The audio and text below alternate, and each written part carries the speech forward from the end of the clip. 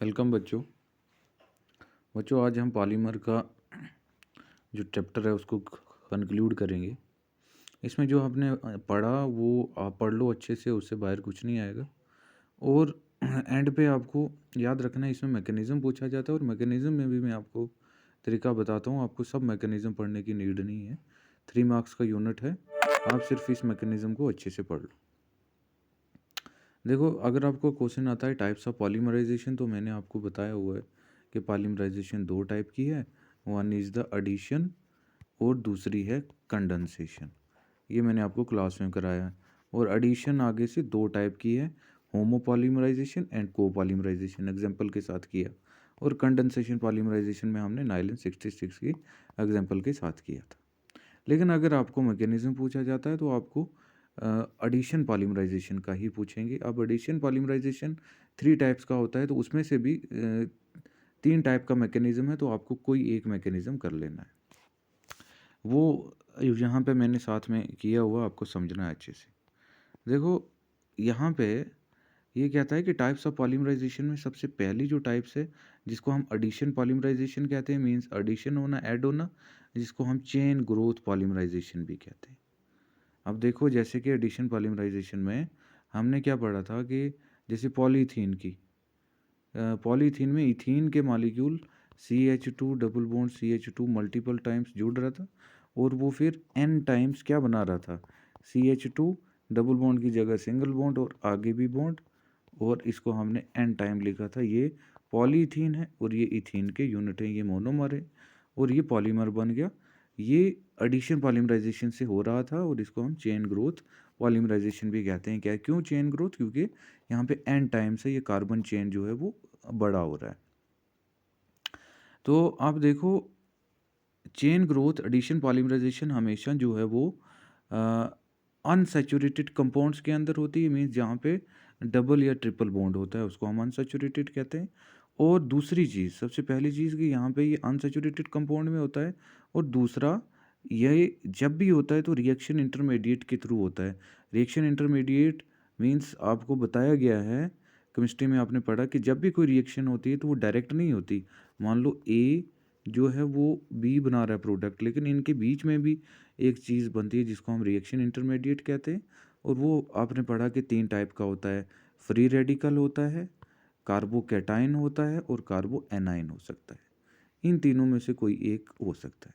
Generally मैं बता दूं आपको, तभी आपको समझ आएगा कि ये चीज़ें पढ़ी हुई हैं और आपको पता होना चाहिए। फ्री रेडिकल क्या होता है? मान लो हम H2 की एग्जांपल लेते हैं। हाइड्रोजन और हाइड्रोजन दोनों के पास एक एक इलेक्ट्रॉन है। यहाँ पे बॉन्ड टूटा, अगर बॉन्ड टूटा गया तो दोनों की इलेक्ट्रोनेगेटिविटी सेम है, हम इसको कहेंगे होमोलिसिस, क्योंकि सेम है। तो जब बॉन्ड टूटा तो इस हाइड्रोजन के पास भी अपना इलेक्ट्रॉन, इस हाइड्रोजन के पास भी अपना इलेक्ट्रॉन, डॉट से रिप्रेजेंट कर दिया। तो ऐसी स्पीशीज ना किसी पे पॉजिटिव होगा ना किसी पे नेगेटिव होगा, इनके पास अपना अपना इलेक्ट्रॉन होगा। हमने इसको क्या कहा? फ्री रेडिकल कहा, कि जिनके पास अपना अपना इलेक्ट्रॉन रहता है।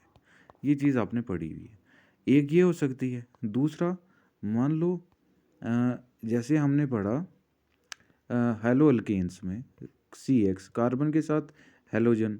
अब हेलोजन की इलेक्ट्रोनेगेटिविटी कार्बन से ज़्यादा है, तो जब बॉन्ड टूटेगा तो इलेक्ट्रोनेगेटिविटी दोनों की डिफरेंट है। तो यहाँ पे हम इसको होमोलिसिस नहीं, इसको हेटेरोलिसिस कहेंगे, क्योंकि दोनों की इलेक्ट्रोनेगेटिविटी अलग है। तो जब बॉन्ड टूटेगा, जिसको इलेक्ट्रोनेगेटिविटी ज़्यादा है वो इलेक्ट्रॉन को अपनी तरफ अट्रैक्ट कर लेगा। तो कार्बन से इलेक्ट्रॉन छीना गया है, कार्बन पॉजिटिव, और यहाँ पे प्लस एक्स पे कौन सा चार्ज आ गया? नेगेटिव। तो जब कार्बन पे पॉजिटिव चार्ज आता है तो उसको हम कार्बोकैटायन कहते हैं। ऐसे ही जब कार्बन पे नेगेटिव चार्ज आएगा तो हम उसको कार्बो एनाइन कहेंगे। तो एडिशन पॉलीमराइजेशन में सबसे पहली चीज़ क्या है कि यहाँ पे अनसैचुरेटेड कंपाउंड होना चाहिए, मीन्स डबल बॉन्ड होना चाहिए या ट्रिपल बॉन्ड होना चाहिए।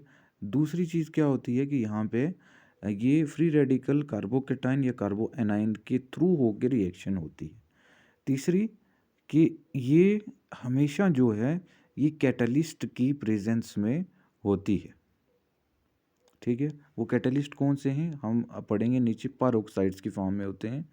अब ये एडिशन पॉलीमराइजेशन जो है ये 3 वेज से हो सकती है। Free radical addition polymerisation, cationic polymerisation या एनाइनिक पॉलीमराइजेशन। अभी मैंने बताया ना आपको कि जब रिएक्शन होती है तो या तो वो फ्री रेडिकल बनते हैं उसमें, या कार्बोकैटायन बनते हैं, या कार्बो एनायन बनते हैं। तो इस बेस पे 3 वे से हो सकती है, तो आपको इसमें से फ्री रेडिकल कर लो, सफिशिएंट है। अब फ्री रेडिकल पॉलीमराइजेशन क्या है? अभी बताया आपको कि फ्री रेडिकल तब बनते हैं जब क्या होती है? जब होमोलिसिस होती है, मीन्स दोनों की इलेक्ट्रोनेगेटिविटी सेम होती है। तब जब बॉन्ड टूटता है तो दोनों के पास अपना अपना इलेक्ट्रॉन रहता है, उस वहाँ पे जो बनता है उसको फ्री रेडिकल कहते हैं।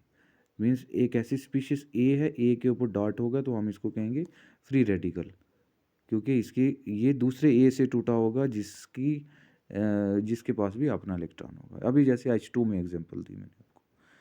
तो जो कैटलिस्ट यूज होता है वो है बेंजाइल परऑक्साइड मोस्ट यूजुअली। दूसरे भी हैं, हाइड्रोजन परऑक्साइड है, लेकिन most usually benzyl peroxide use होता है। अब देखो बेंजाइल परऑक्साइड नीचे दिया गया उसका स्ट्रक्चर। इसका मैकेनिज्म अगर हम देखें, ये यहाँ से इसका मैकेनिज्म शुरू हुआ, और mechanism it occurs in 3 steps.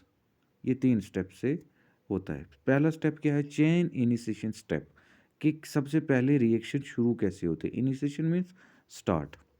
मैंने क्या बताया कि ये रिएक्शन पर ऑक्साइड्स की प्रेजेंस में होती है।